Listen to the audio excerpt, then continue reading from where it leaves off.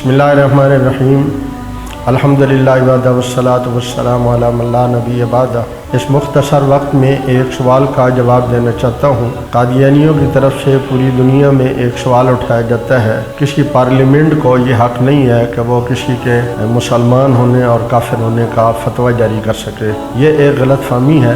पाकिस्तान इस्लाम के नाम पर बनने वाला मुल्क है, जिसके आईन में लिखा है कि यहाँ का कोई कानून भी इस्लाम के ख़िलाफ़ नहीं होगा। दस्तूर पाकिस्तान में ये बात लिखी है कि तमाम आईन जो है, कानून है, वो इस्लाम के माताहत चलेगा, उसके ख़िलाफ़ नहीं होगा, क्योंकि ये मुल्क कलमे के नाम पर बना है और इस्लामी कानून के ताबे रहेंगे क़वानीन। तो उम्मत मुस्लिमा ने अल्लामा इक़बाल रहमतुल्लाह के उन अफ़कार की रोशनी में मुतालबा किया जिसमें उन्होंने फरमाया था कि कादियानियत का इस्लाम से कोई ताल्लुक़ नहीं है, यह यहूदियत का शरबा है। मज़ीद उन्होंने ये फरमाया था कि कादियानियत इस्लाम और वतन दोनों के गद्दार हैं। तो इस हवाले से जब वतन का गद्दार है और इस्लाम का गद्दार है, तो इस्लाम के गद्दार को तो कलमे के नाम पर बनने वाली रियासत में मुसलमान करार नहीं दिया जा सकता। और मैं तो बल्कि ये कहता हूँ कि हमारे नज़दीक तो इनके साथ रियायत की गई है कि जब वतन का जो गद्दार होता है उसको सिर्फ गैर मुस्लिम अक़लियत करार नहीं दिया जाता, बल्कि उसे तो बागी करार दिया जाता है। उन्हें तो एहसानमंद होना चाहिए उस असम्बली का